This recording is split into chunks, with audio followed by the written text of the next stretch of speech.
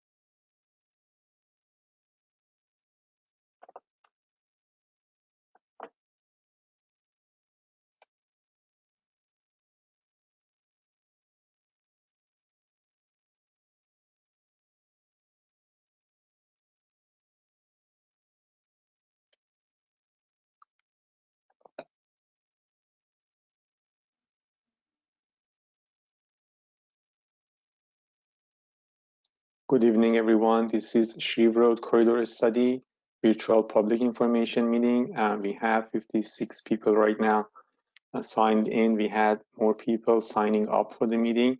We give it a minute or two additional so people have time to join in.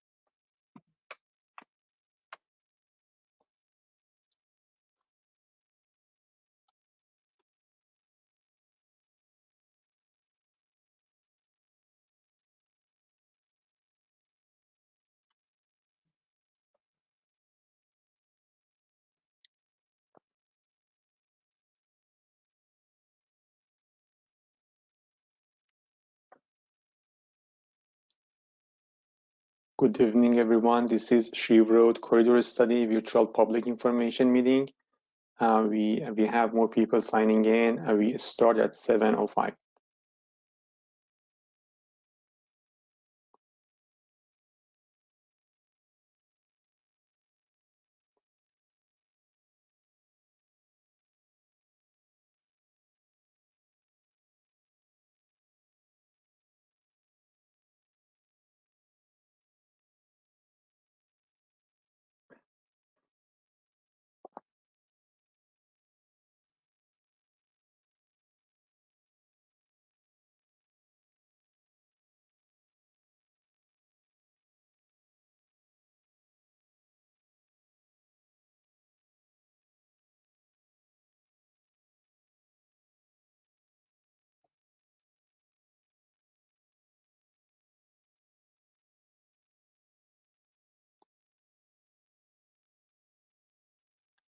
Good evening, everyone. This is Shreve Road Corridor Study virtual public information meeting. We start shortly at 7:05.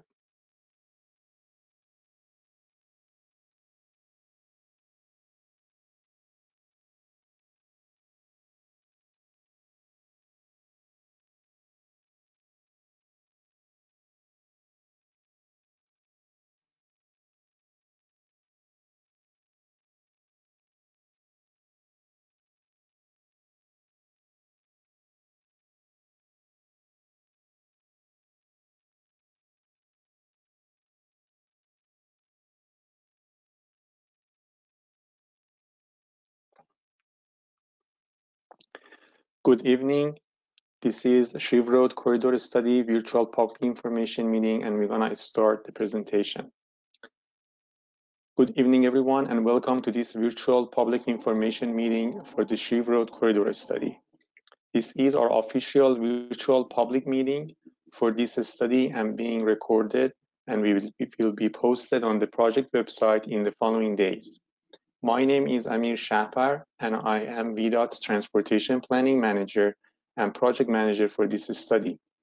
Also with us this evening, we have Delegate Simon with Virginia House of Delegates and Supervisor Polchek from the Fairfax County Board of Supervisors. I also wanted to mention that we have Steve Welch, our VDOT's Assistant Director of Transportation and Land Use for Fairfax and Arlington counties, Norman Whitaker, our VDOT's Transportation Planning Director, as well as Tom Bishadny, Director of Fairfax County Department of Transportation. We also have various members of our study team, as well as Amelia Martin with Kittleson and Associates, who will also presenting tonight. At this time, and before I go over the presentation outline for this evening, I would like to turn the floor to Delegate Simon, Supervisor Polchek, and Tom Bishadny if they would like to say a few words. Delegate Simon? Yes, how are you? Good, thank you. Good. Would you like to say a few words? Sure, absolutely. I'm learning this is different platforms every night, so I'm making sure my mic works here with GoToWebinar.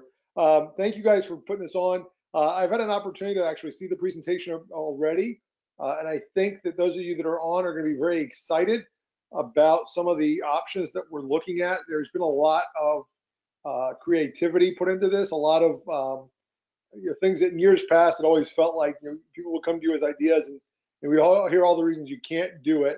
And there's some of that in here too, with some of the challenges, but it's not a we can't do it because it's we'd like to do it and here's what it would look like and here are the things that we need to consider. So I really appreciate VDOT's attitude about that. I know that we met, I guess it's about a year ago, maybe more now. I've lost all sense of time, but like a lot of us.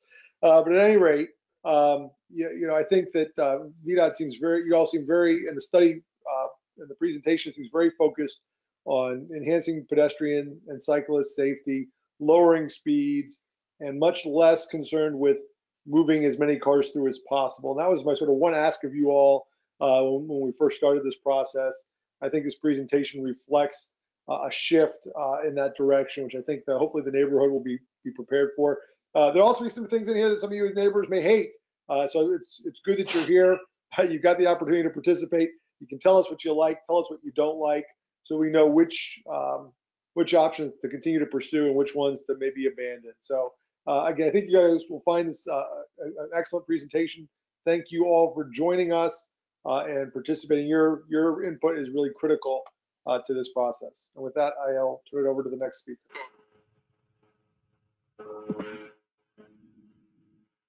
Supervisor Polchek? Yes, hello. Can you hear me all right?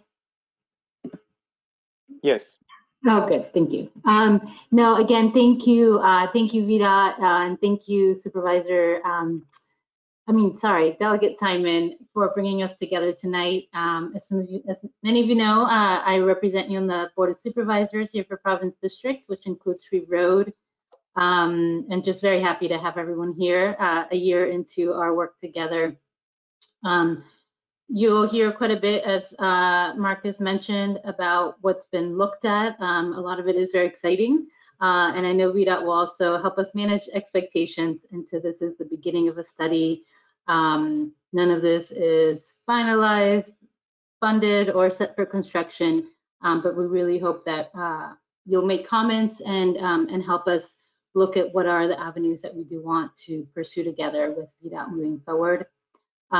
Also want to go ahead and take this opportunity to invite all of you in the community to a public meeting we'll be having on a smaller section about Falls Hill and Chestnut that we've scheduled for next Thursday, October 15th at 7 p.m. If you receive my emails, we'll be sending out more information about how to join the meeting, or you can find it on my Facebook page or by emailing us at providence@fairfaxcounty.gov.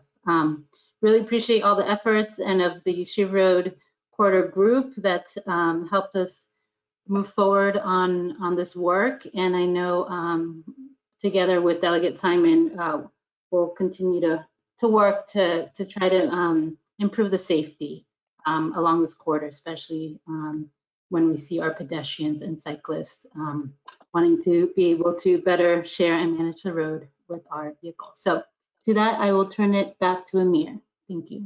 Thank you. Thank you for the comment. Tom? This is Tom Bashadny. I'm the Director of Fairfax County's Department of Transportation. I'll be very brief. I thank you all for participating tonight.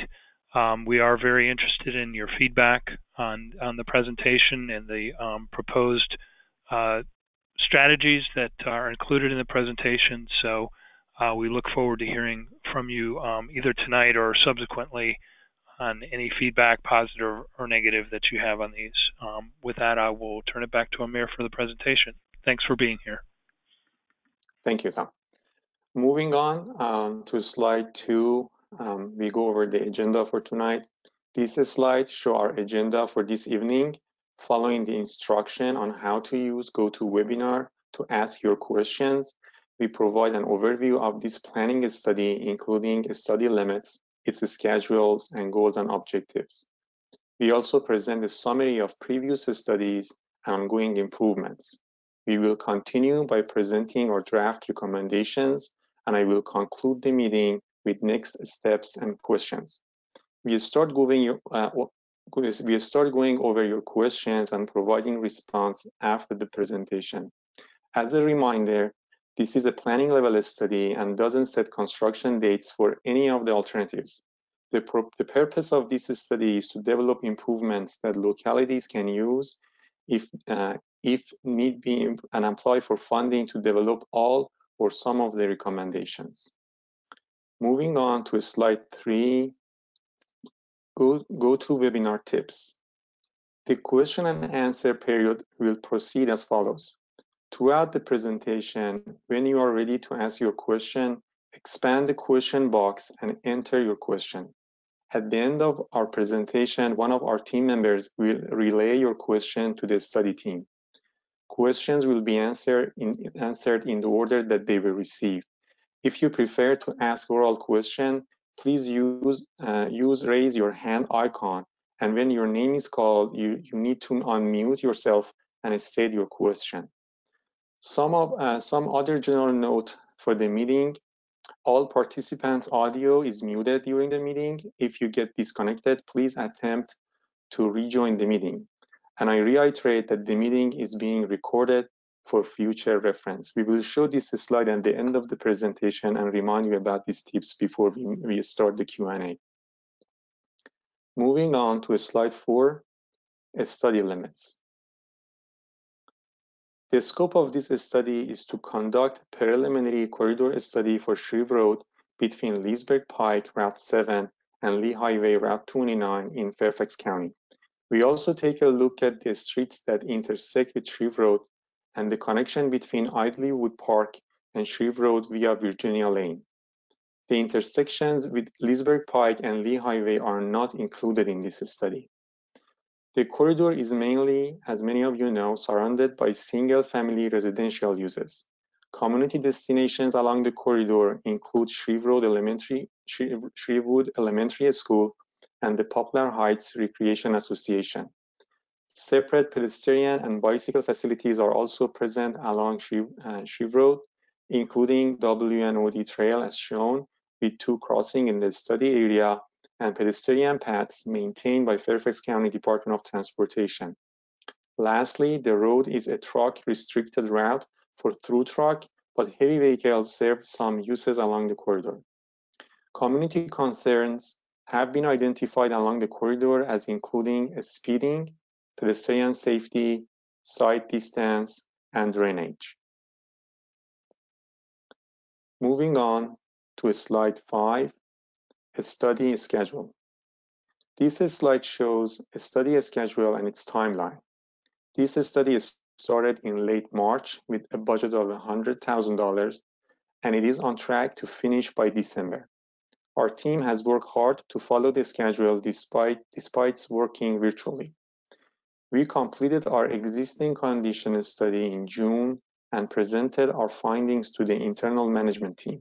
We continued developing draft recommendations and virtually met with a community working group in early September. We also virtually met with local elected officials and presented the alternatives. We will share these preliminary alternatives with you tonight, answer your questions, and suggest a date to collect your feedback. We will consider your feedback to modify the alternatives before meeting one more time with the study management team to finalize and prioritize the recommendations and develop the final study report.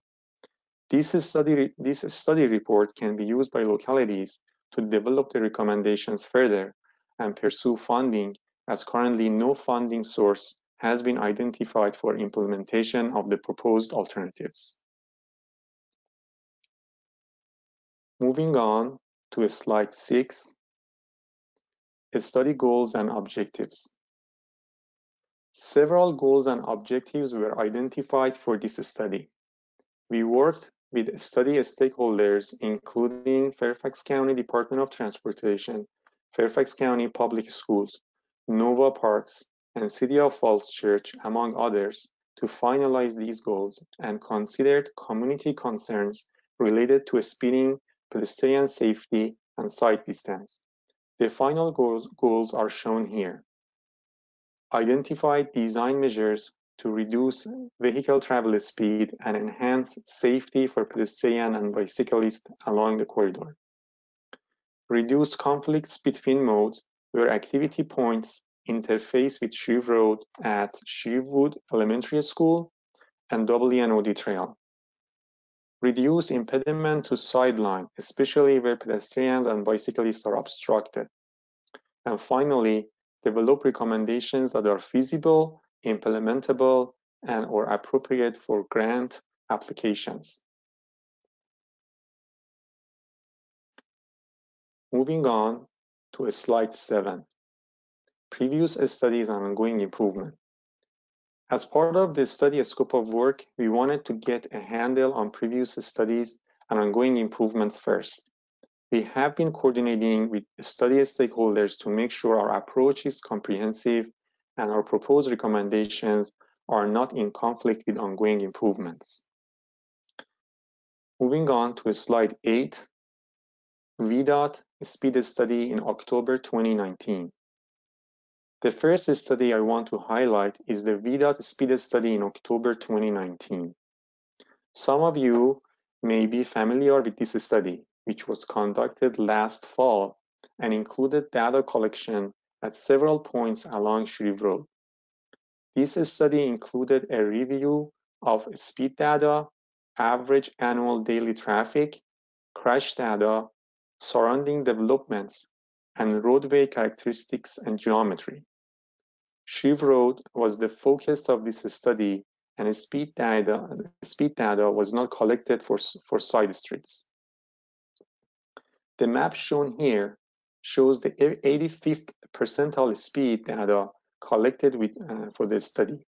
The 85th percentile speed is used as a standard measure because it represents the speed most drivers feel comfortable traveling on the roadway.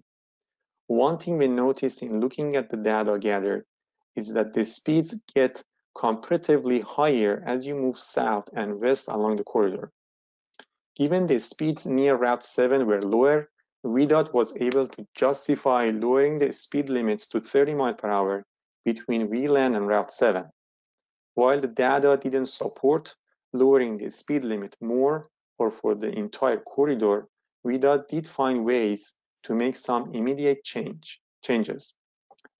Especially this included signing, striping, maintenance, and tree trimming improvements. Moving on to slide 9, VDOT resurfacing and restriping. More recently, you may have also noticed some VDOT resurfacing and restriping work happening on Shreve Road. A separate team at VDOT has been doing this work, but they have been coordinating with others to find some opportunities to make circulation improvements at Shrevewood Elementary School.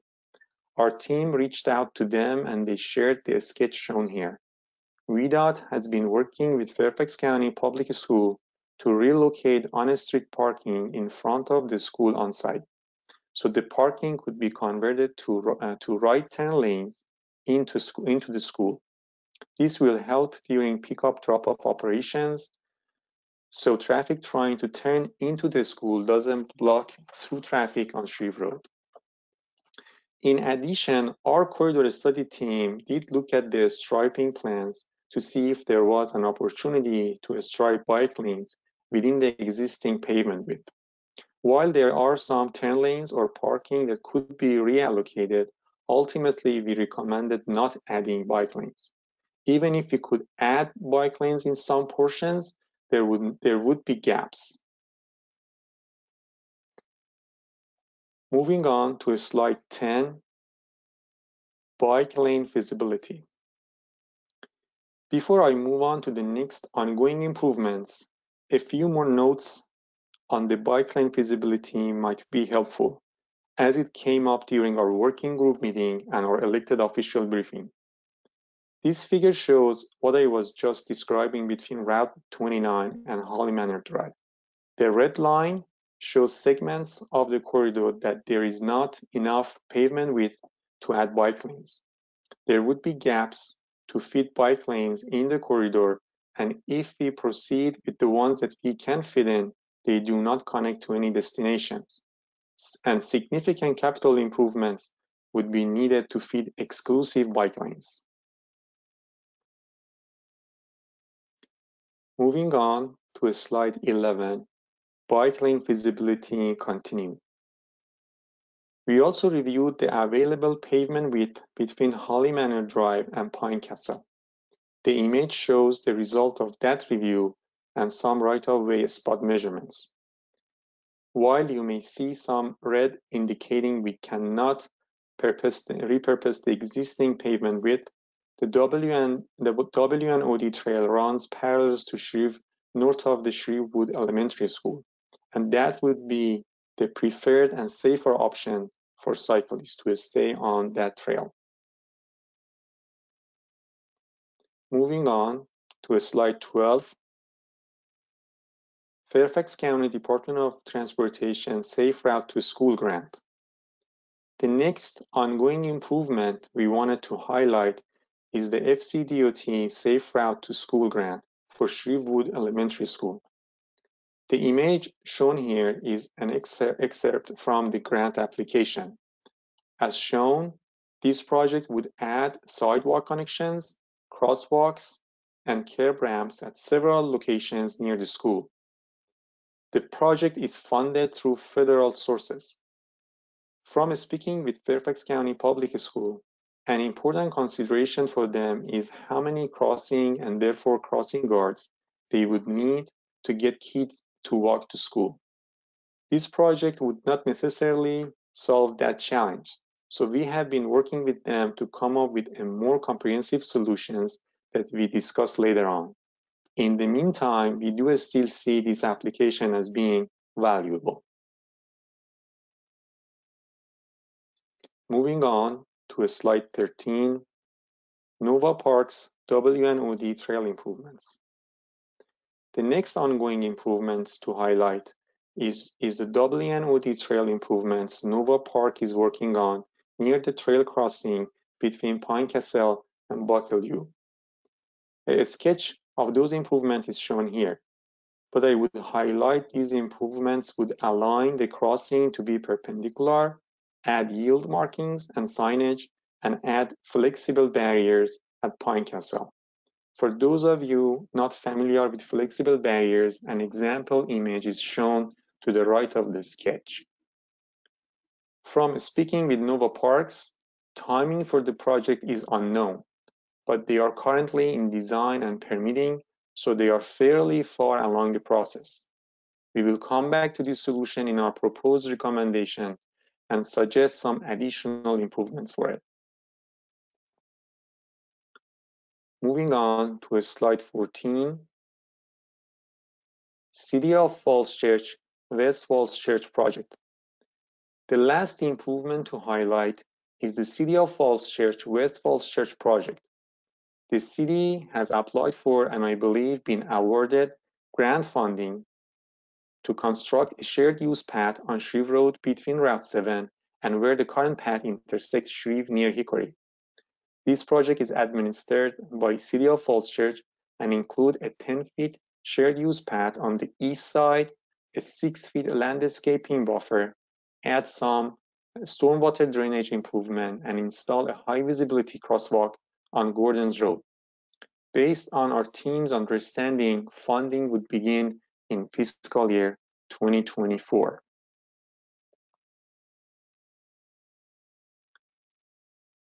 I will pass the presentation now to Amelia Martin to cover our recommendations. Thank you, Amir. Good evening, everyone. As Amir said, my name is Amelia Martin, and I'm an engineer with Kittleson and Associates, the consultant on the project. On slide 15, I'll start by walking through the recommendations we've developed for this study, and I do want to reiterate this is a planning phase study. We are really looking to hear community feedback tonight and in the next coming weeks, which will inform localities' decisions to further all or some of the recommendations.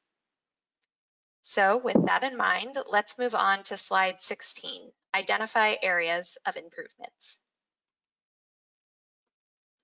Our study team reviewed the entire length of the corridor and identified opportunity areas to develop recommendations.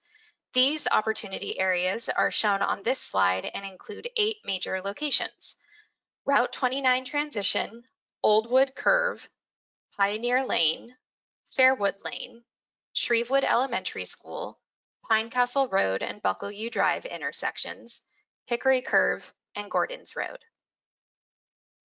Moving on to slide 17, recommendations. This slide shows the recommendations we have developed.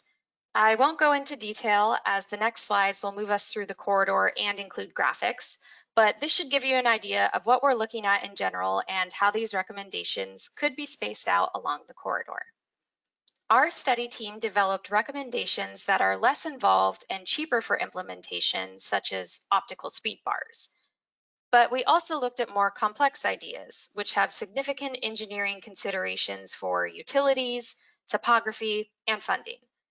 Examples of these more complex ideas include the roundabout or median removal in front of the elementary school and mini roundabouts at the Pinecastle/Buckle U Drive intersection.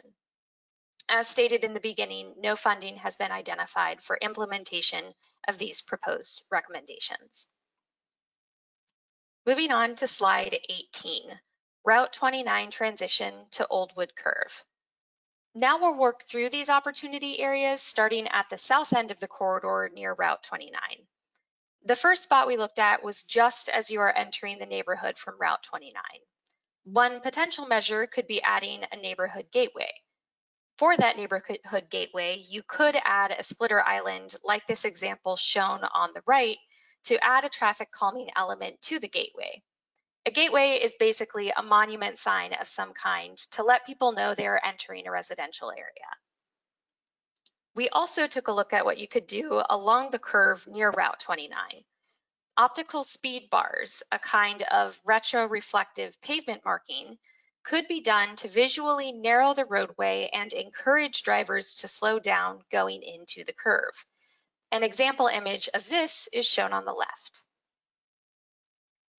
Moving on to slide 19, Pioneer Lane. Heading east, we next saw an opportunity at Pioneer Lane. There is a right turn lane provided on Shreve Road, and from looking at traffic estimates, this turn lane probably isn't warranted from a volume perspective. So we looked at what you could do to repurpose that lane. If you want to calm traffic, there are typically 2 ways to do that: horizontal or side-to-side deflection, or vertical deflection, up and down. At Pioneer Lane, we think you can make use of that horizontal deflection by adding a chicane. Chicanes add a back and forth movement to vehicle traffic, which helps slow speeds because it's always faster to just drive in a straight line. This concept also shows tightening the curb radii slightly, where we've used VDOT's minimum allowable curb radius to ensure a school bus could still make the turn. We do believe the traffic volumes would support removal of the turn lane, but that would need to be confirmed once traffic volumes return to post-pandemic conditions. Another comment that we have received that we would want to incorporate should this move forward is keeping in mind the residential driveway that would be near that median. And we would look to shave back that median so as not to block off access to that residence. Moving on to slide 20, Fairwood Lane. We took a similar approach to looking at Fairwood Lane. Again, this is a location where traffic volumes suggest a right turn lane may not be necessary. Fairwood Lane starts bringing us closer to the elementary school, so we wanted to look at repurposing that space for pedestrians and bicycles. Here we suggest using that extra pavement space to create a pedestrian median, so that people crossing the road would have a refuge to cross one lane of traffic and be able to wait to find a gap in traffic in the other direction. This concept would also add crosswalks and yield markings. As Amir mentioned earlier, the sidewalk to the east is already included as part of the Safe Routes to School project for Shrevewood Elementary School. That project would not add the pedestrian refuge here, but we're coordinating with FCDOT to see if we can partially incorporate that with their project once they receive funding.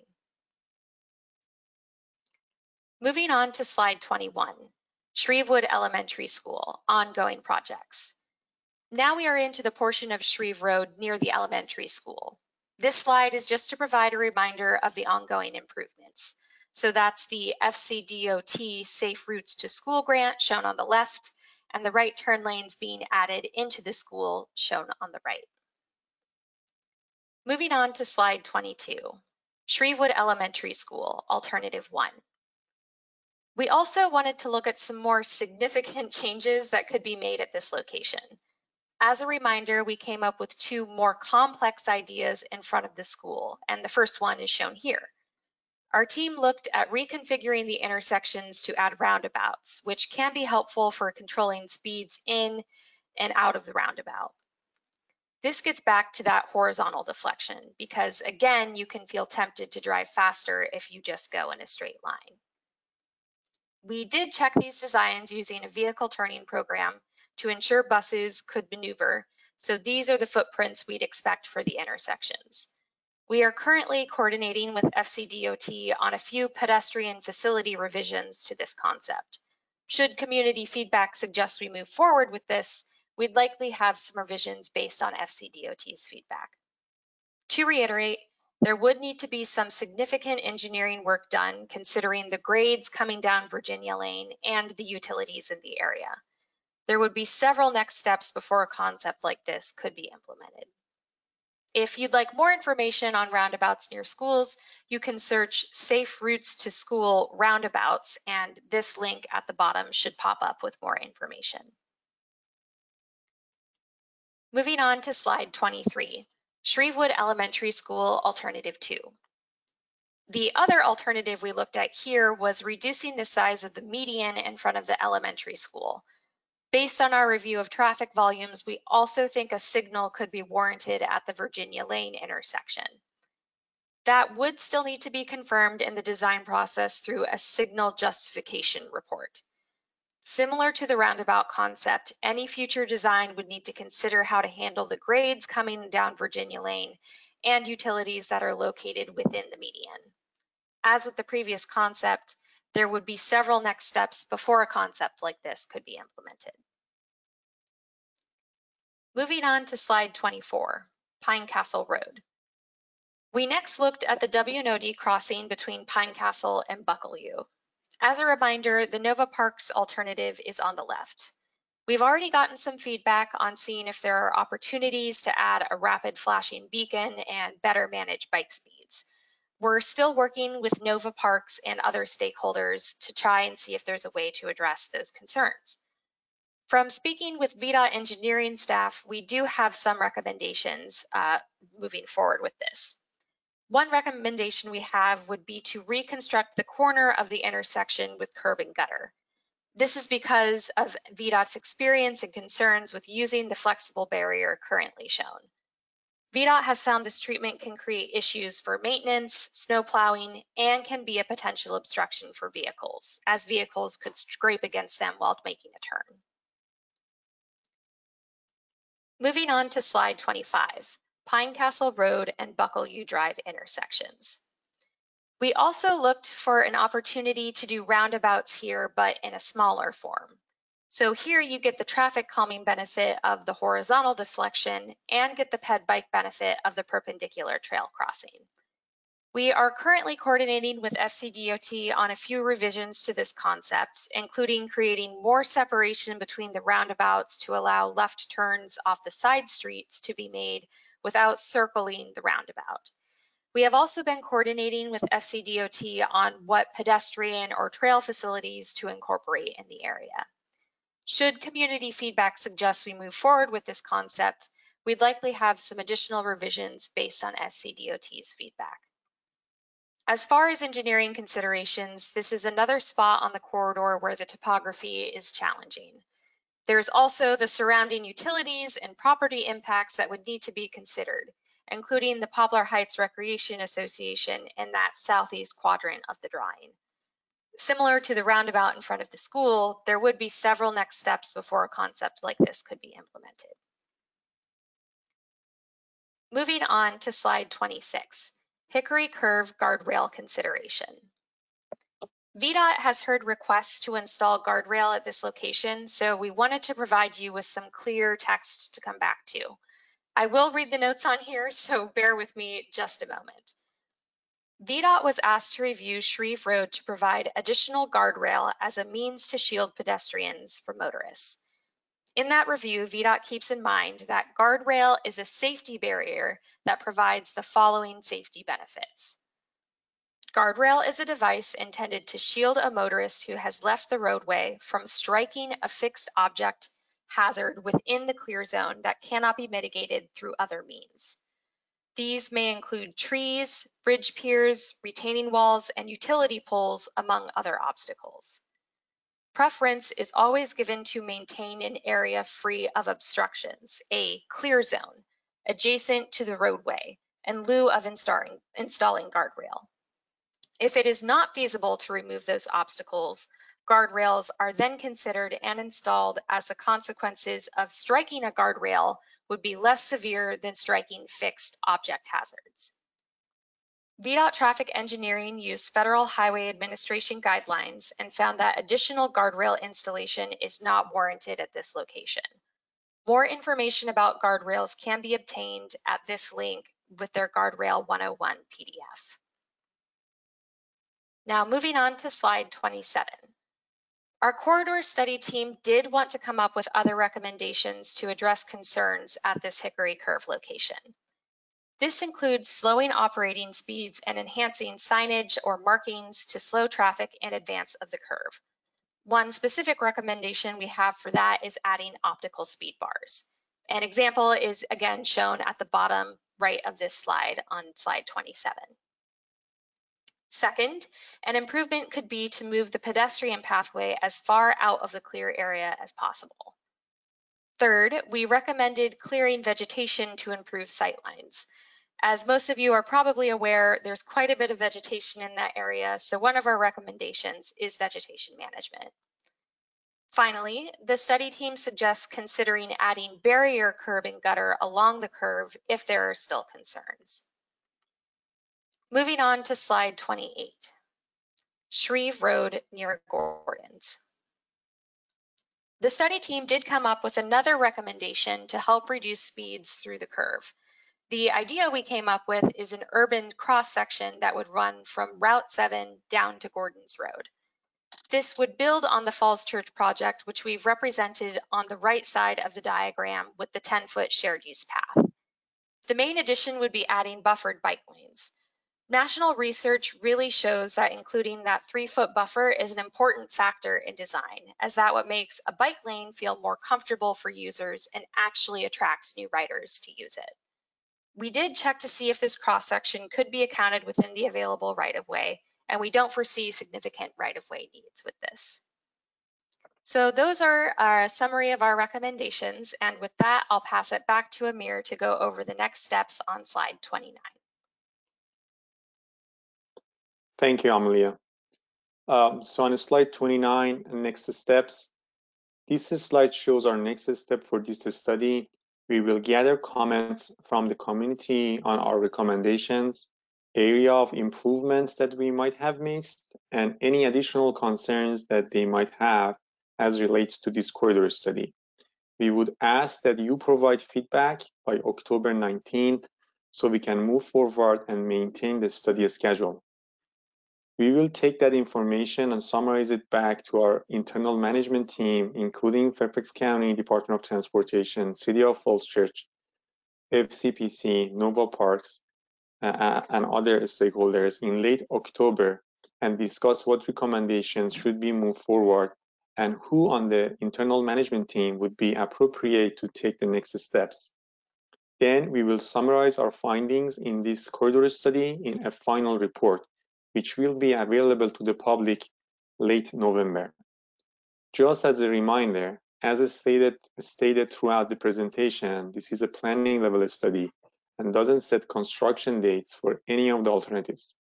The purpose of this study is to develop proposed improvements that localities can apply for funding to develop all or some of the recommendations. Moving on to slide 30, how to submit your comments. There are multiple ways to submit your comments. You can email us at meetingcomments@vdot.virginia.gov, or you can mail them to me at 497 Alliance Drive, Fairfax, Virginia. And you can also ask questions or comments tonight or online using the study website at www.virginiadot.org/Shreve. Moving on to slide 31, questions. Before we start the Q&A portion of the meeting tonight, I would like to remind you about the GoToWebinar tips one more time. As I said, if you want to make a comment or ask questions, make sure to expand the question box and type in your questions. Matteo from the study team will relay your question to the study team. Questions will be answered in the order that they were received. If you prefer to ask oral question, please use raise your hand icon and then and when your name is called, unmute yourself and state your questions. We are trying to end this meeting around 8:30 p.m. and if there is not enough time to get to your question, we will get back to you by email. So now I would like to turn it over to Matteo, and he's gonna moderate the questions. Thank you, Amir. Good evening, everyone. My name is Matteo, and I'm with Kittleson & Associates, and I will be moderating the Q&A portion of tonight's virtual public meeting. We will be dedicating the first 30 minutes to answering your written questions, and then we will open it up for oral questions for the remainder of our time, just as Amir just said. For the oral portion, please raise your hand using the raise hand tool, and I will call your name and unmute you. You will need to unmute yourself as well. Now, let's get started. The first two questions were sent before this meeting to the meeting comments email address. The first question was sent by John Costco and says, one of the primary goals of the study is to reduce vehicle travel speeds along the corridor. However, the study does not appear to address a reduction in the current speed limit. I strongly recommend that the study address the feasibility of a reduction in the speed limit, and if this is not feasible, then why? West Street is roughly parallel to Shreve Road and is a similar street. For example, both connect Route 29 and Route 7, both through largely residential areas. But West Street has a 25-mile-per-hour limit, while Shreve Road has a 35-mile-per-hour limit along most of its length. If a 25-mile-per-hour limit is okay for West Street, why can't Shreve Road be reduced to 25 miles per hour? Thank you for that question. I provide broad response to this, and I see if Amelia has something else to add. So Shreve Road is classified as a major arterial corridor, and I checked it with our traffic engineering department. And the speed study that they did showed that the 85th percentile speed are above 30 miles per hour. So VDOT cannot just lower the speed limit without changing the roadway design that results in changing the roadway classification. However, as presented tonight, we are introducing additional traffic calming measures that will help us to slow down vehicles beyond like they drive slower. So Amelia, do you want to add some comments? Yeah, I think you hit most of it. The only thing I would add is that, you know, as Amir said, really the goal with some of the concepts we've put forward here is that that would help to slow speeds. And so eventually the hope would be that after some of those get implemented and put in the ground, VDOT could go back out, collect more data, and you know, at that point would see a reduction in speed, so that way they could go back and lower the speed limit. So that's just to kind of close the loop on that issue there. Great, thank you both. The next question was also sent by email, and it says, another fairly inexpensive way to reduce traffic speeds is by installing stop signs. Has this been considered at one or more key points along Shreve Road? For example, at Fairwood or near the school or the bike path? I know there are drawbacks to stop signs, but I would like the study to at least consider these as an inexpensive option. And if not feasible, then explain why. That's a good question too, and it might come up. So I would say that we checked internally, and first thing that came up is that a stop sign is a traffic control device. And VDOT, similar to many other DOTs, adopted federal standards for evaluating many of these options. And based on the federal FHWA guideline, that is basically, they have a manual on uniform traffic control devices called MUTCD, clearly states that the stop sign should not be used for speed control. Considering these standards and what we know about traffic volumes, crashes, and roadway characteristics, a multi-way stops are very unlikely a suitable control for any intersection along Shreve Road. Also, when used indiscriminate, it's like just because for the sake of reducing the speed, the installation of this type of traffic control can have the unintended consequences of complicating the operational efficiency of the intersection, as well as contributing to the undesirable behavior of motorists, like rolling through the stop sign due to the diminished threat of conflict associated with the low traffic volume. That's what I could gather from our internal sections, and I want to know if Amelia want to add anything to it. Yeah, I can maybe add a little bit more related to the specific question of Fairwood Lane. So using those federal standards in the MUTCD and sort of the thresholds that you have to hit, I did go back and look at, you know, the traffic volumes we expect at that intersection and also the intersection delay, because intersection delay is one of those standards and thresholds that you have to hit.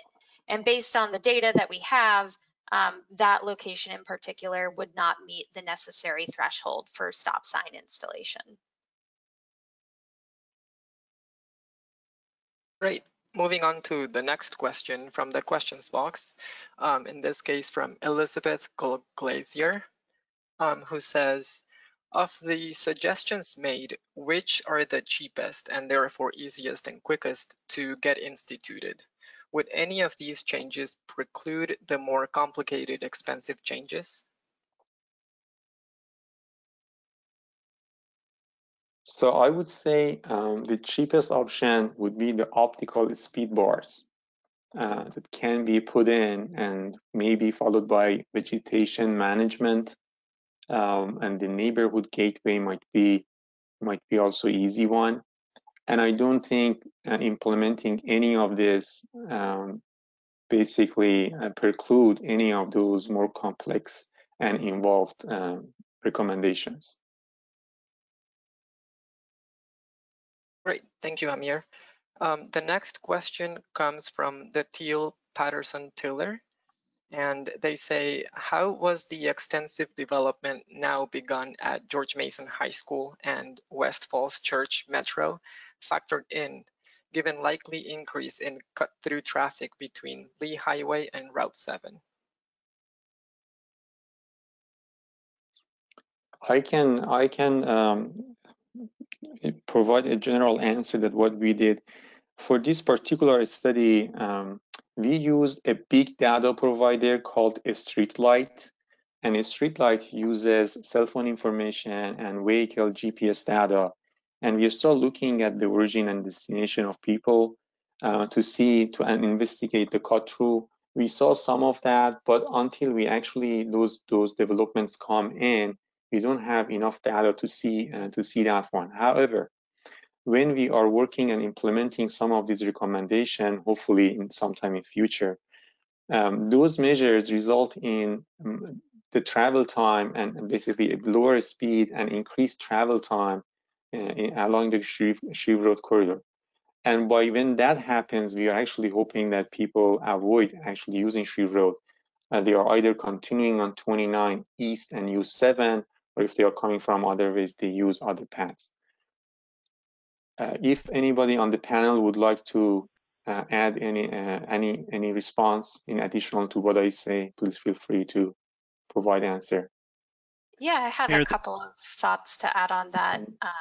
Sorry, whoever I'm speaking over, I'll make it brief.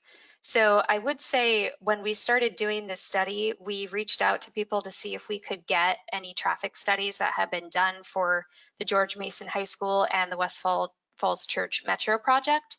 And some studies had been done specifically for the high school, and that allowed us to get their traffic estimates, which also included some estimates for the Metro project.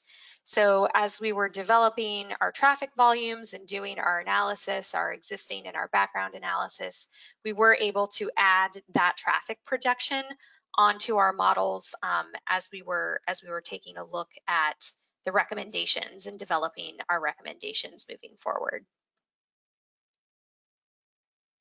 Tom, did you want to add any comment? I think Amelia covered it. Okay, great. Okay, great. Then we'll move to the next question, and I'll try my best to pronounce every name correctly, but bear with me here. In this case, the following question comes from Brandon Cyber. How would the recommended improvements at Baccalieu Pinecastle address the slam brakes issues where drivers are looking for bike trail traffic and don't have sufficient time to see that someone has stopped to turn left onto Baccalieu or Pinecastle? I'm not sure that the double roundabout or bike trail realignment will resolve the issue. So Amelia, I leave you to respond to this. I think you already covered it during the presentation for those 2 additional measures that we might consider for this, but would you please repeat those? Yeah, so I think I'll probably start with the double roundabout concept. As far as that slamming the brakes issue, I do think that this concept, at least in my traffic engineering experience, does have some benefits because as you enter a roundabout, they're designed in such a way with the curvature of them that you naturally need to slow down a bit more, which should help with visually seeing pedestrians and bicyclists at that trail crossing.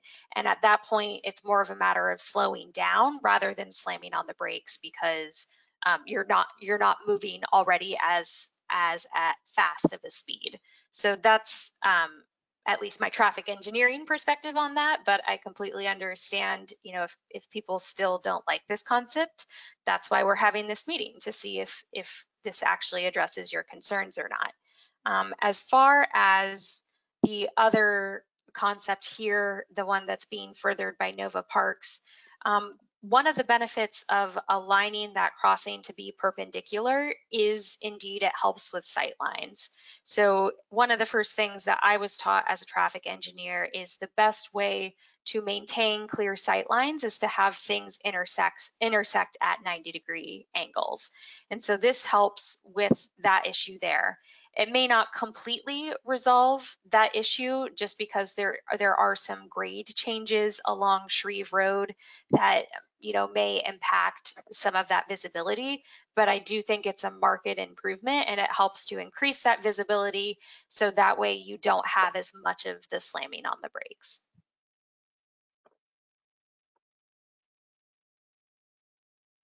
Okay, Great. thank you very much. Yeah, sorry. Thank you, Amelia. The next question is from Julie Sibbing, and they ask, was there any study of improving the pathway on the west side of Shreve from Virginia Lane to the Dominions facility?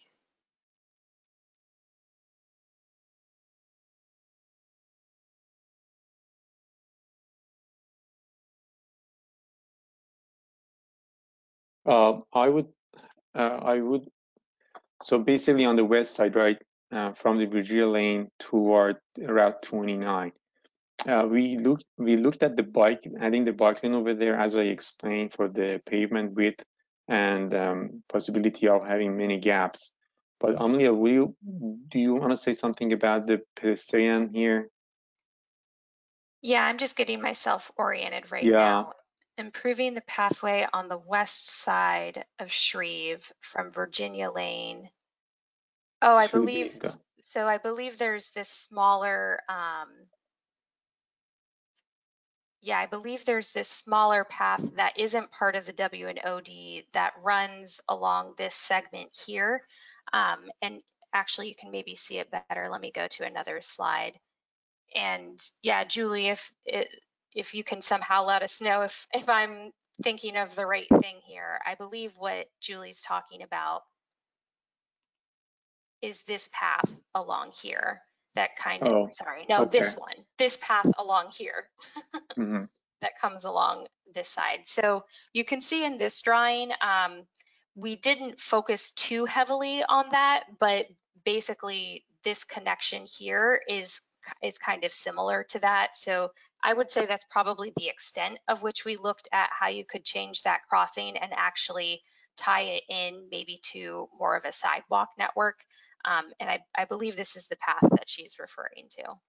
Yeah, and Julie, if you want, I mean, if it's not what you meant, I would encourage you to reach back to us and let us know. And obviously, we might not have answers to all the questions raised tonight, but we do our best to respond to the best of our knowledge. And if it's we don't have the answer for it, we will work on it and reach back to you after the meeting. Great, thank you. Moving on to the next question, in this case from Patrick Rhodes, who says, why are we only considering surface crossings at W&OD Trail and Shreve? All of these conflicts seem to be more safely remediated by a bridge crossing in lieu of surface crossing.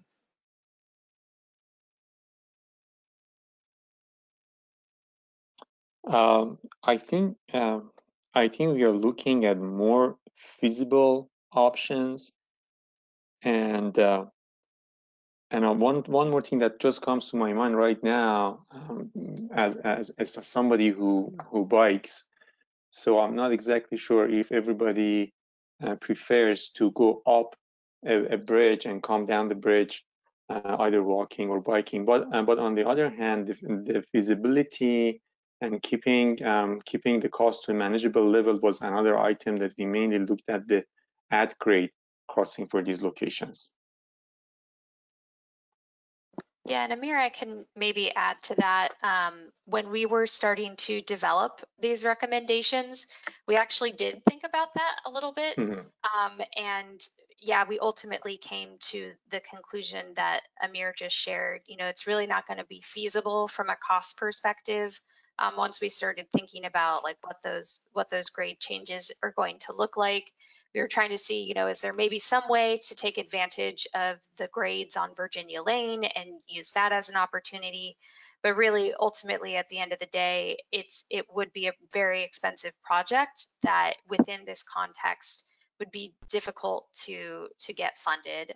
So that's why we didn't end up recommending that at this stage. And I also do think Amir makes a good point about, you know, frankly, the topography for a ped and bicyclist. You want to keep that path at least relatively comfortable, and that may insert some challenges there too. This is Tom Bashadny with Fairfax County. Just by way of comparison, we are working on a bridge over of the WNOD over Wheelie Avenue in Reston, and that's about a $13 million project. So it is a expensive undertaking, and that's why we were, as part of this study, looking at much more lower cost solutions. Thank you, Tom. Thank you. I'll move on to the next question then. In this case from Nicholas Anderson, who says that I like the Shrevewood option number 2. What would happen to the existing eastbound lane closer to the school? I'll let Amelia respond to this question. Yeah, so we've actually been talking with the traffic engineering group at VDOT. So we think this concept, we'd probably actually add a right turn lane in here. But I think what you're referring to is more the portion of Shreve Road right in front of the school. So I'm thinking likely with this concept, we might actually pull the road down south a little bit just to help with getting the grade along Virginia Lane. So it probably would stay within the frontage of the school, but if you could make the grades work, yeah, that frankly would become kind of a new space potentially to play with. We haven't talked any specifics now as to what you could do now that that space is available and vacated. But that could be an area that could be repurposed, you know, maybe potentially for the school or other uses.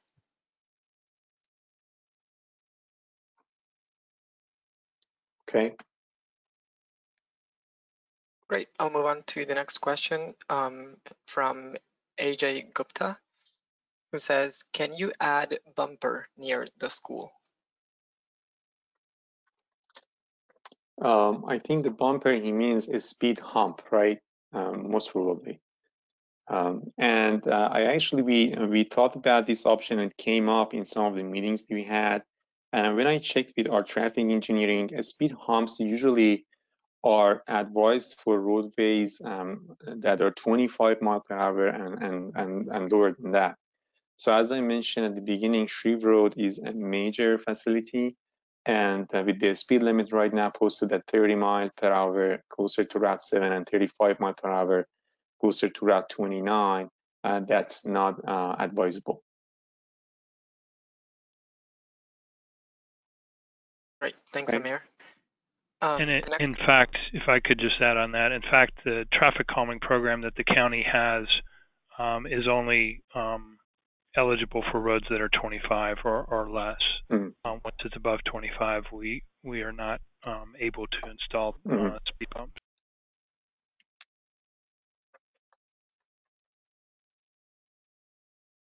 Thank you. We'll move on to the next question from Kathy Helm. She says, the alternative 2 for Shrevewood Elementary has a stoplight. If this option is done, would you eliminate the proposed crosswalk at Fairwood? I think that is a better alternative. I do not think it is safe to cross Shreve Road at Fairwood. Traffic zooms by there. I think the stoplight for Shreve Virginia Road would help reduce speed as well. Amelia, please take on this question if you want. Yeah, sure. So we had not thought that you would remove that crosswalk at Fairwood Lane. I think it's good to try and keep those pedestrian crossings moving along. And additionally, I think you're kind of getting to what I consider to be a positive point to keep that crosswalk, adding the stoplight, adding that traffic signal would create some stoppage for traffic, and then they have to get started back up again, which may help with some of the speeds actually going into that Fairwood crossing. So at this time, I personally would not recommend that you remove that crossing. I think it's helpful in getting to the school, and it's good to try and provide more of those pedestrian facilities throughout the corridor.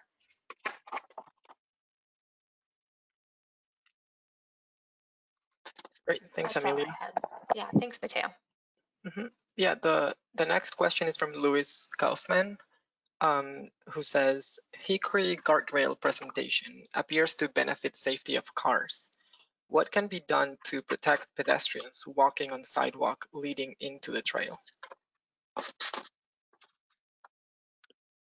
Yeah, I think we talked about that, and we showed on slide 27 when we talked about Hickory curve that we would like to move the pedestrian pathway as far out of the clear area as possible. The other options that we consider for here in lieu of guardrails are first to consider adding barrier curb and gutter along the curb. So if a car is going out of the way, at first hit the curb and gutter. And we also think about clearing the vegetation to improve the sideline. So we improve that sideline, and the vehicles can have a better view of the pedestrian and vice versa. Do you want to add something, Amelia, to this? No, I think that's it. I don't have anything else to add.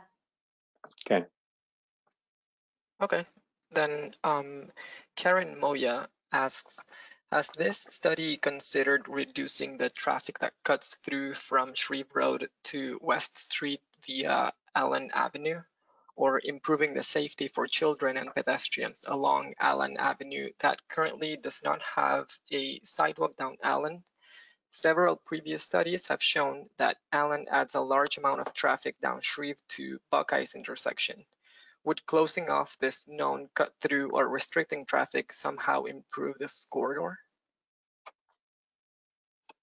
I think Amelia mentioned something about the cut through traffic at the beginning. I'm gonna look at the map and exactly see where we are talking about. But meanwhile, if Amelia wants to add something about this, please go ahead. Yeah, thanks, Amir. While you're looking into that, I would just say we did focus the study to look at Shreve Road and streets that directly intersect with it. So we didn't get too detailed into looking at Allen Ave, which I believe is accessed off Fairwood Lane. So it is definitely in the neighborhood, and we wanted to keep the neighborhood context in mind, but that's why we wanted to keep our recommendations focused on Shreve Road and not get onto the local streets or other streets within the network. Yeah, I'm So seeing Allen Avenue right now. Matthew, if you read the question, they complain about the cut through traffic from Fairwood Lane to Bucklew, right? They say that traffic cuts from Pinecastle and Bucklew. Mm-hmm. Let me check again. Yeah, I see that Yeah. Allen Avenue is kind of very, very local streets, seems like it, and it's in parallel to Shreve Road behind the elementary school. We can take a look at our big data and see if we can find something from there. But at this point, we did not particularly look into Allen View. Our focus, as Amelia mentioned, in Shreve Road and streets that directly intersect with Shreve Road. Thank you. Great, thank you both. The next question comes from Don Leonard, who says, for the mini roundabout ideas by Pinecastle and the bike path, if Shreve is streaming traffic consistently through during morning and evening rush hour, will cars leaving the neighborhoods from Pinecastle and Bucklew be able to even enter the roundabout? I assume Shreve Road would have the right-of-way. Would traffic buck up significantly in the neighborhood like it did at Rush pre-pandemic?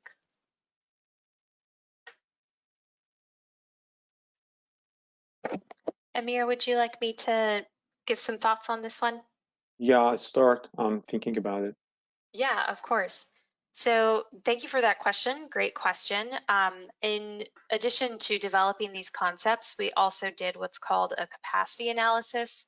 So that uses a software that models what operations would look like, whether or not streets would back up or not, based on different parameters. What is the geometry of the intersection?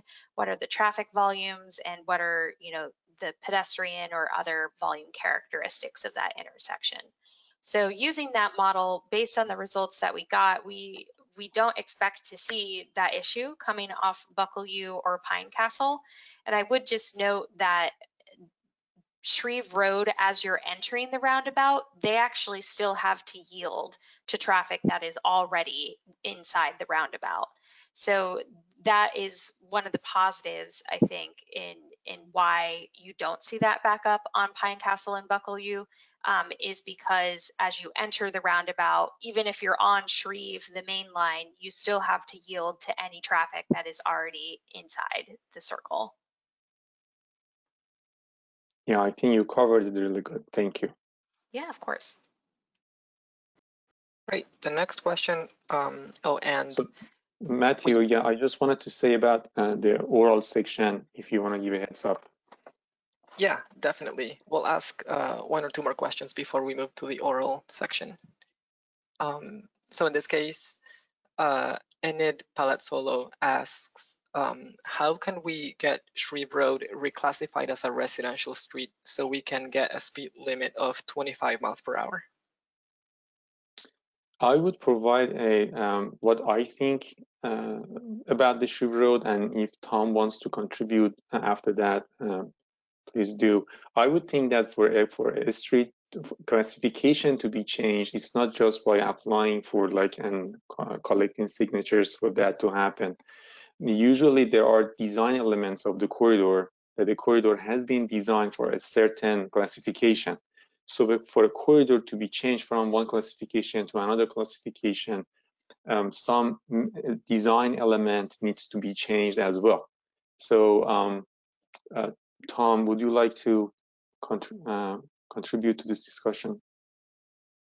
Yeah, the road functions as a collector. So I think you're exactly right, Amir, that it because of the way the road functions right now, it would be very difficult to reclassify it as a residential street without making some very significant changes to the roadway, potentially, redirecting traffic or making some significant physical changes to the roadway. Unfortunately, the street it functions as a collector. It's really designed as a collector, and it is a through street, and so that's one of the reasons that it is picking up traffic in the morning and peak hours in particular. So I think it would be unlikely that we would be successful in reclassifying the street. I think implementing some of the suggestions that are part of the presentation tonight would probably be more practical than to try and reclassify it just because of the way that the street is being used. Thank you, Tom. Great, thank you both. I think we have 2 more minutes to do a written question and then we'll move on to the oral questions. So Sonia Brihe says, did you look at the possibility of a shared use path from Route 29 to the WNOD? There's already narrow trail sidewalk that could be expanded.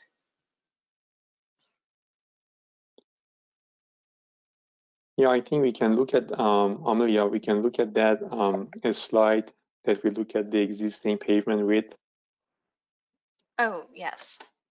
That might be a better one. That might have a bit more detail on it, yeah. Yeah, the second one, I believe. Yeah, this one, yes. And I leave it to you. Yeah, so good question on that one because there is that current path along that section there. So We looked into that a little bit. Ultimately, we haven't made a final recommendation on that just because we're also kind of talking with FCDOT about what is going to be the ultimate sort of bicycle pedestrian facility along Shreve Road.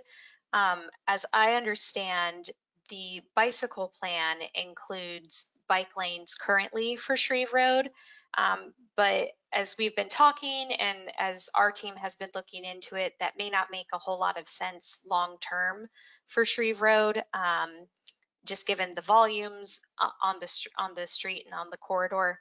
And then at the same time, I believe in the county trails plan, there's a plan for a trail, or it may be a shared use path, I can't recall which, along the road.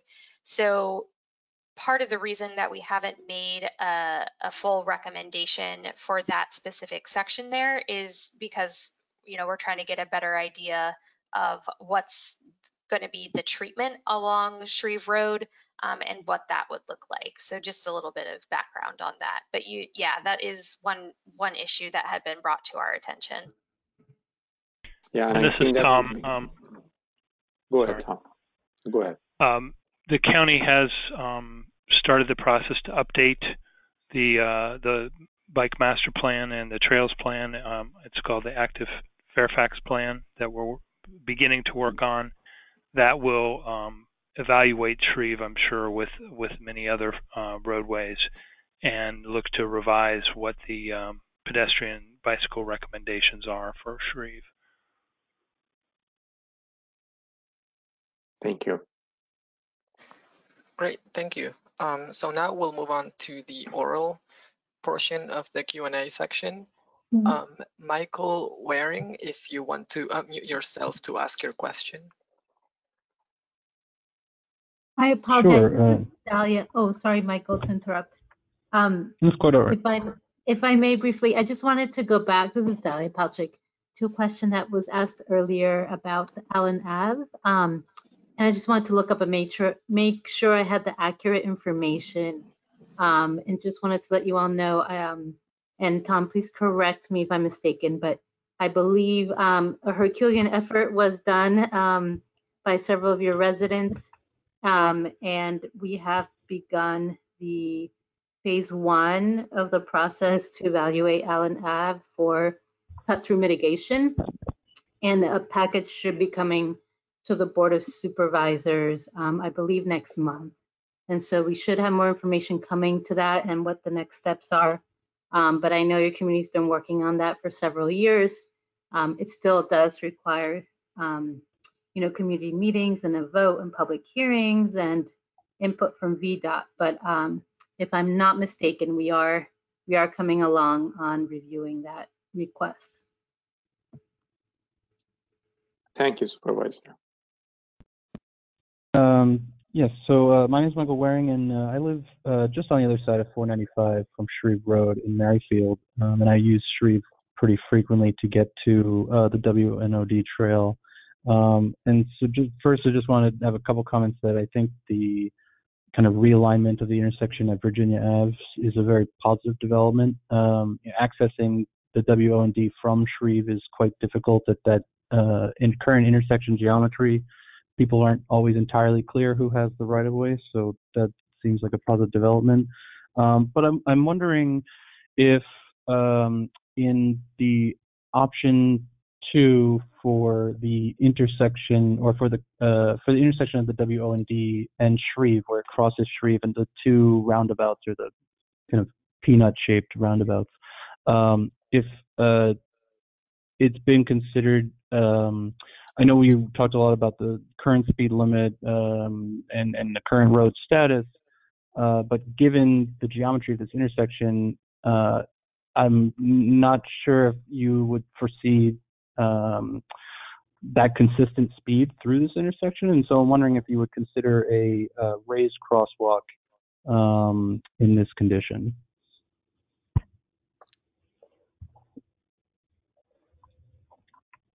Amir, do you want me to give first thoughts on that maybe? Yes, I just wanted to add a comment about this. That was a nice description of this, like a peanut.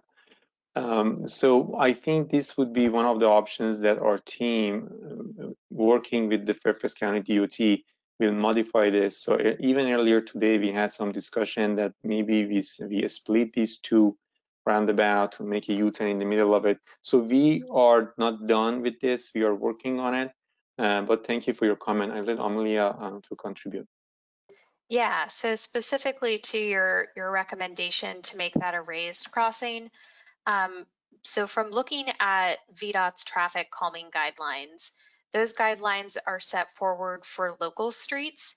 And so part of that toolbox for local streets would be to, potentially add a raised crossing. But because this isn't a local street, it functions as a collector, it's not classified as a local street. I don't think that would qualify as a treatment, unfortunately. So in this case, I don't think that's something that we would be able to add just based on the functional classification of the roadway.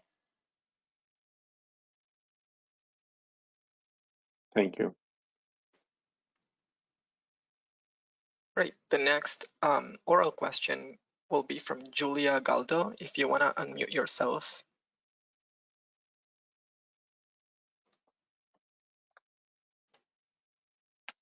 Hi. Yeah, I wanted to ask if you could give us a clearer understanding of specifically how pedestrians will move from Route 7 to the crossing of the bike path of WMD. And I have a kind of ancillary question, which I'm almost hesitant to ask, but I'm going to do it anyway. The house that protrudes into Shreve Road and causes that major curve, is that what you refer to as the hickory curve? I'm wondering if that house really should be there.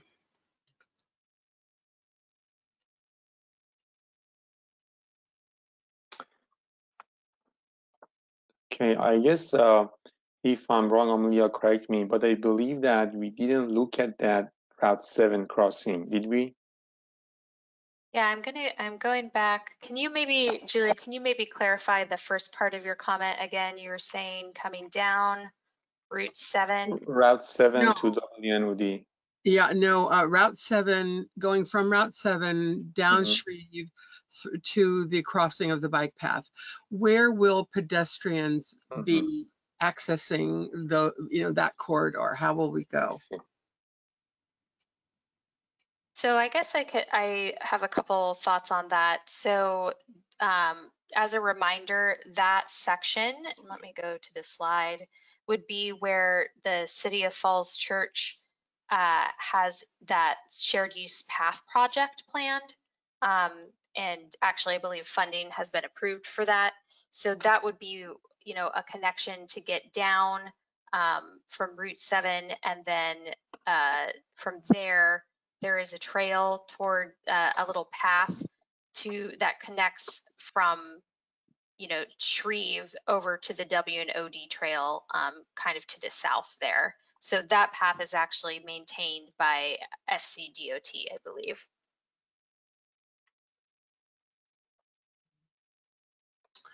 Okay, I saw in another view from the intersection of the bike path at Buckaloo and Pinecastle that there was a path drawn in to the, I guess that would be the north side, where you see where it says sidewalk, and it has a little arrow there. What is that? Where is that going? So I believe that sidewalk is present today. I think I can see it even from the aerial here. There's a little bit of shading there. So I'd have to go back and check and see where that disconnects. I don't recall off the top of my head. I believe we might have a figure somewhere that we didn't include in this presentation that shows where the sidewalks all connect. So there is no connection on that side of Shreve to Route 7. I'll have to double check that. Okay, thank you. Yeah, but thank you for your question. My other question was about the hickory curve.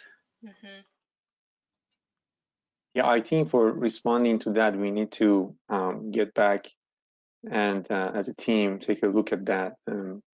I don't think we can provide a response right now to that question.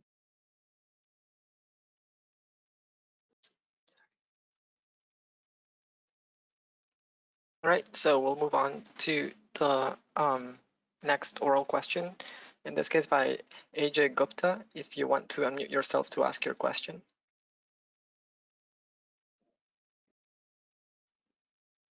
Okay.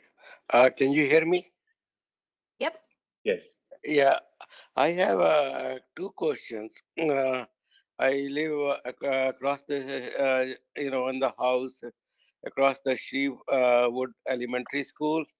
Uh, you know, in the morning when there is a peak time for the school, there is a lot of traffic because a lot of cars and the buses are waiting to get into the schools, while the Shreve Road traffic is also, going on. Is there a way a turning lane can be made so that the school traffic and the drop-off traffic for the schools does not interfere with the Shreve Road traffic? That's number one. Number two is there a way, will it be better if we can move the roundabout at the Fairwood Lane and the Shreve Road?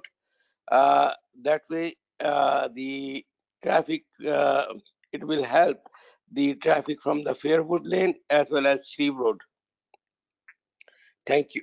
Those are my two questions. Only I think you are best to answer and respond to this.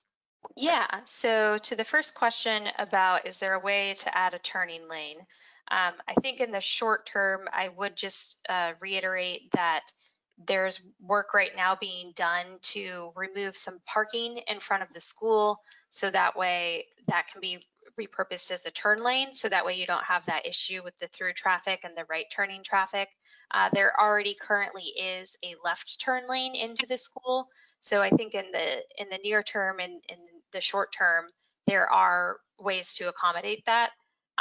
Looking forward at our other concepts, in particular for alternative 2, where we think you could probably add a signal, I think that's a good point, and a revision that we would make to this alternative, should this be the one that we would want to move forward.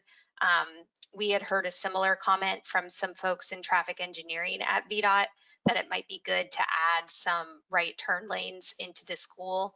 That way you can separate the through traffic. So I think that's a note that we have also heard, and a revision that we'd probably go ahead and make based on a couple of people we've heard that from.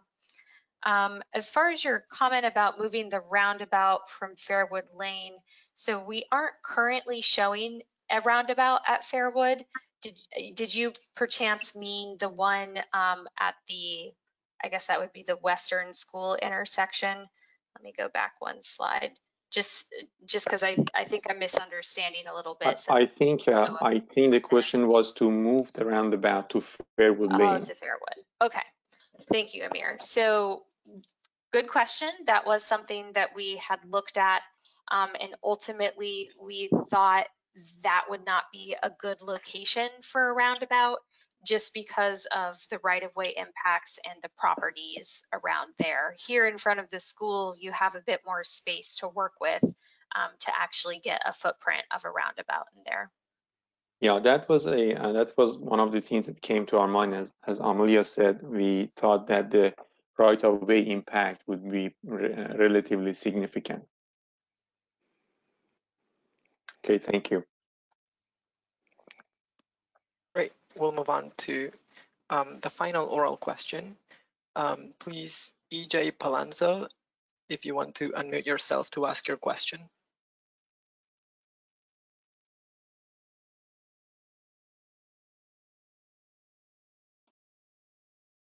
Can you hear me? Yes. Yes.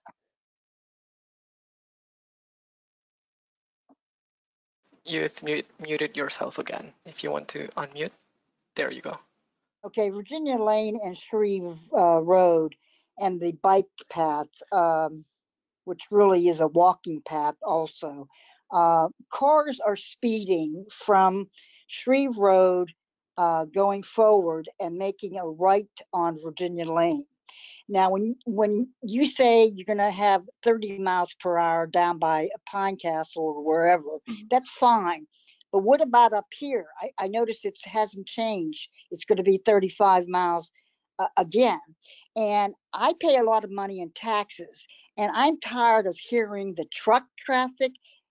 I'm tired of hearing the loud noise from the speeding cars, etc. What can be done about this? It is incredibly loud. Has anybody thought about, vegetation, like planting trees? I mean, they take vegetation away all the time. What is being done about Virginia Lane and Shreve Road?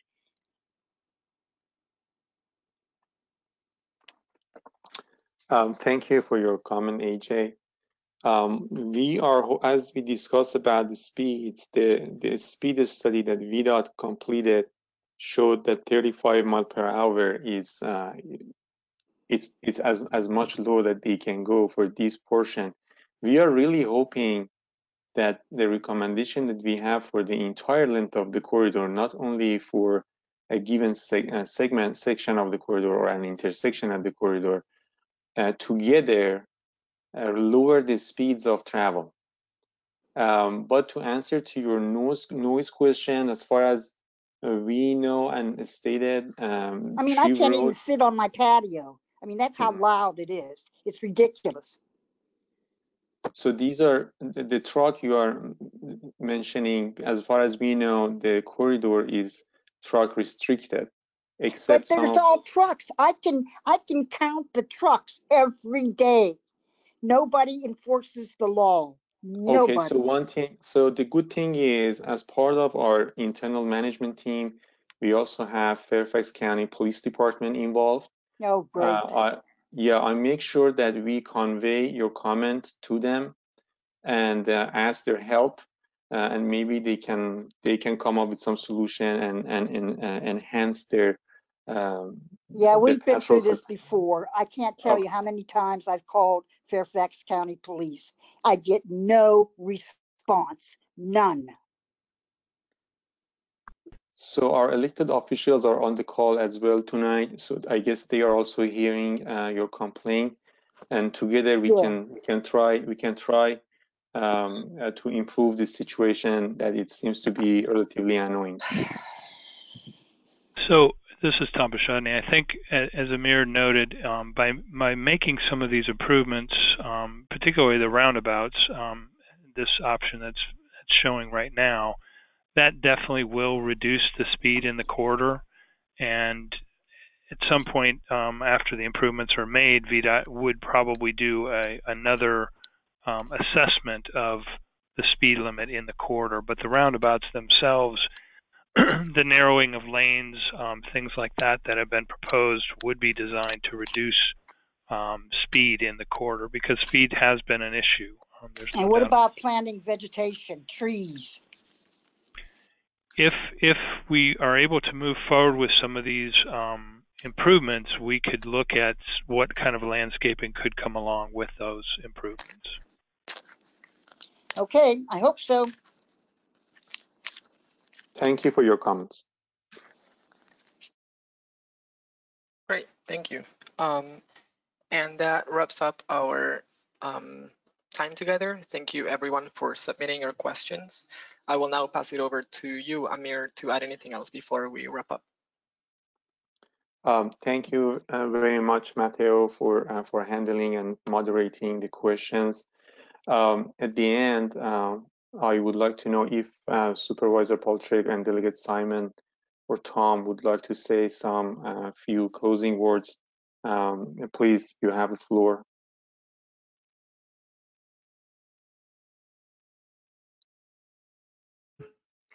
Sure.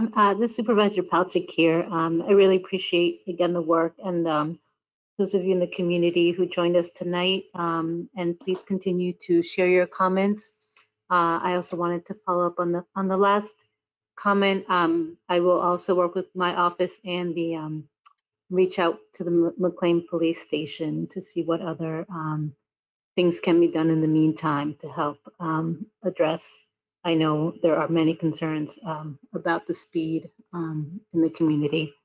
But that being said, you know, this is definitely a local and state partnership. As you know, our roads are owned by VDOT, and we will continue to work with them and with you all to help address those. And just as a reminder, we will be meeting on a smaller section up over in the Chestnut area on October 15th.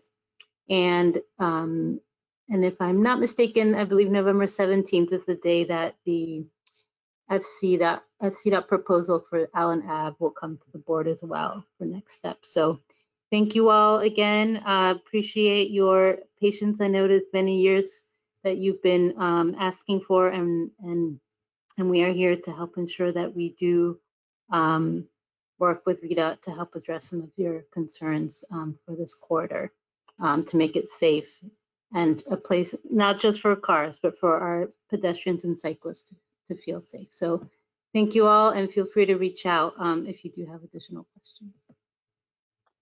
Thank you, Supervisor. Tom, would you like to say a few words for closing? Yeah, could you put up the final slide that has the email address and, yes. the website? Yes. Good comment. You know, yes, there we go. Uh-oh.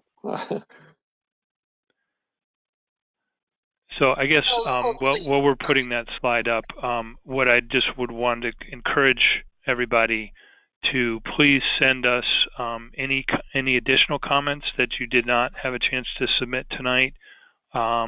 Please either via email or mail. We definitely do want to hear feedback on the concepts, what you might like about them or what you don't like about them, so that as we're wrapping up the recommendations from the study, we can take all that feedback into account. Thank you for participating tonight. Thank you, Tom. And you used everything I wanted to say for closing remarks. So I just want to thank everyone for attending. That's fine. I wanted to thank everyone for attending this time and spending their evening with us tonight and providing some good comments. We go back and review your comments as a team and see how we can improve the alternatives we presented to you tonight to address majority of the comments. And as this slide shows, please feel free to email us or mail me or send us a comment by visiting the project webpage. And also you can stay up to date and submit comments using that webpage.